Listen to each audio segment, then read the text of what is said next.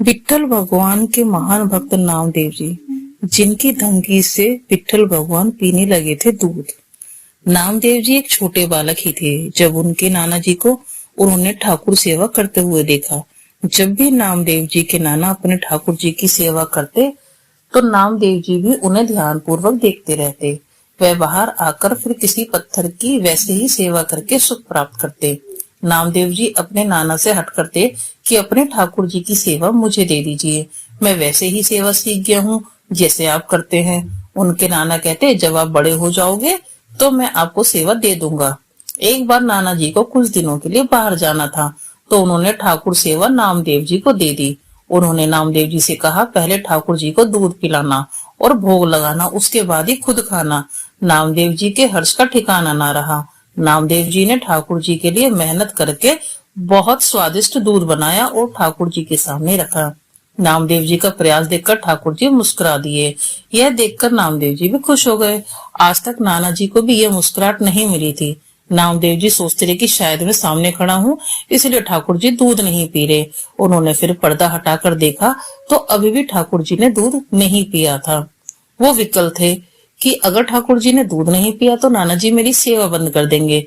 उन्होंने ठाकुर जी से कहा कि मैं नया पुजारी हूँ, अगर कोई गलती हुई है तो मुझे बता दीजिए। अगर आपको दूध नहीं पसंद और कुछ और भोग लगाना है तो वो भी बता दीजिए। दूध अभी भी ऐसी रखा था।